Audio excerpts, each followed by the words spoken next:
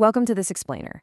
Whether you realize it or not, there's actually a hidden daily blueprint that dictates the exact cost of almost every major financial decision you're ever going to make. Buying a home, starting a business, or even just carrying a balance on a credit card. It all traces back to a single sheet of data published every afternoon in Washington, D.C. Today, we're decoding the Federal Reserve's H.15 release from May 26, 2026. So where exactly do your borrowing rates come from? It's kind of a deceptively simple question, right? When your bank tells you your mortgage rate is 7%, or maybe your auto loan is 8%, they aren't just pulling those numbers out of thin air. No way. There's a deeply interconnected web of institutional data driving those exact figures. Okay, let's dive into this and trace the money all the way back to the source. Here's our floor plan for today's explainer. We'll start by decoding the H.15 release, then move into short-term borrowing costs, take the long view on treasuries, factor in inflation, and finally, bring it all together for the big picture. Don't worry, we're going to be your tour guide through all these important economic rooms. All right, let's kick things off with Section 1, Decoding the H.15 Release. The Federal Reserve Board H.15. Now, I know that sounds like incredibly dense Fed speak, but it's really just the official daily statistical release detailing U.S. interest rates and government bond yields. Published Monday through Friday at exactly 4:15 p.m., this document is essentially the master key to the entire U.S. financial system. Everything we're looking at today comes directly from the May 26, 2026 release, which relies on trading data from the previous business day, May 25. And why does this matter to you? Well, because these numbers act as the concrete foundation of our economy. The H.15 sets the baseline. If you want to know where everyday consumer finances are heading, you don't look at the consumer, you look at the bedrock they're standing on. Moving into the next room on our tour, Section 2, Short-Term Borrowing Costs. 3.62%. That is the federal funds effective rate as of May 25, 2026. Now, if you actually dig into the fine print of the Fed's methodology, specifically footnote 1, you'll find that this isn't just an arbitrary number. Actually, scratch that. It's a very specific, volume-weighted median of transaction-level data collected directly from depository institutions. Essentially, this is the median rate that banks are charging each other to lend money overnight. At 3.62%, money is relatively fluid at the institutional level. But remember, this is strictly the wholesale price of money. Now, what's really interesting about this slide is the massive jump we see here. We go from 3.62% all the way up to 6.75%. This is the bank prime loan rate. It's the rate that directly follows the Fed funds rate, but as you can see, a rather healthy margin has clearly been stacked right on top of it. To really grasp how this works, we've got to demystify the prime rate. Footnote 7 in our source material translates perfectly into plain English here. It notes that this 6.75% rate is posted by a majority of the top 25 insured U.S. commercial banks. This is the base rate used to price short-term business loans. So think about it.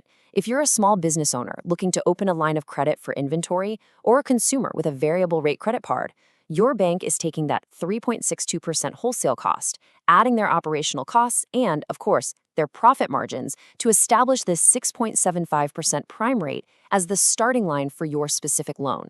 The prime rate is quite literally where institutional policy meets your personal wallet.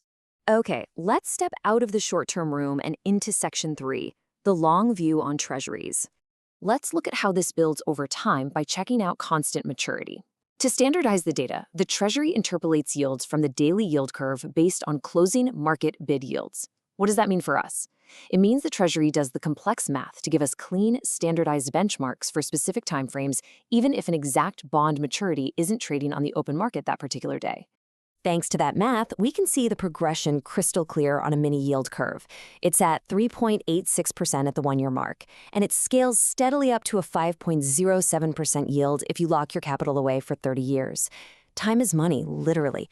The longer the time horizon stretches out, the higher the compensation required for locking up that capital. And this brilliantly illustrates the upward staircase of long-term borrowing costs.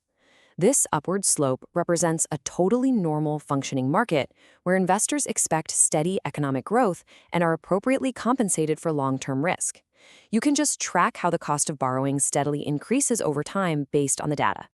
Now, why are we spending so much time on government bonds? Well, because those 10-year and 30-year yields are the bedrock benchmarks for long-term consumer borrowing. Remember how the prime rate dictated your credit card? Well, the 10-year Treasury yield of 4.56% and the 30-year yield of 5.07% are the gravitational centers for the housing market. When a mortgage lender decides what rate to offer you for a 30-year fixed-rate mortgage, they look squarely at these long-term Treasury yields and then add their own margin on top. If these massive institutional benchmarks go up, your cost to buy a house goes up. It is absolutely that direct. Which brings us to our final data room, Section 4, Factoring in Inflation. To understand how the market views inflation, the H.15 also tracks TIPS, or Treasury Inflation-Protected Securities. According to footnote 10, because the principal adjusts with inflation, these yields mathematically isolate the true, real return of lending money, completely stripping away the noise of rising prices. This comparison right here is where things get absolutely fascinating. On May 25th, the raw nominal 30-year yield was 5.07%, but the inflation-protected TIPS yield? Only 2.77%. That is a dramatic gap between the two figures. That gap speaks volumes. The roughly 223% difference between the nominal rate and the TIPS rate isn't some mistake. It is the collective intelligence of the global financial system explicitly pricing in future inflation. The market is effectively saying, hey, we expect inflation to average about 2.3% per year over the next 3 decades. So if you want to know if Wall Street is genuinely worried about runaway inflation, you don't watch the news. You watch this exact gap in the H.15 release. All right, Section 5, the big picture. So the crucial point is how we synthesize all this data.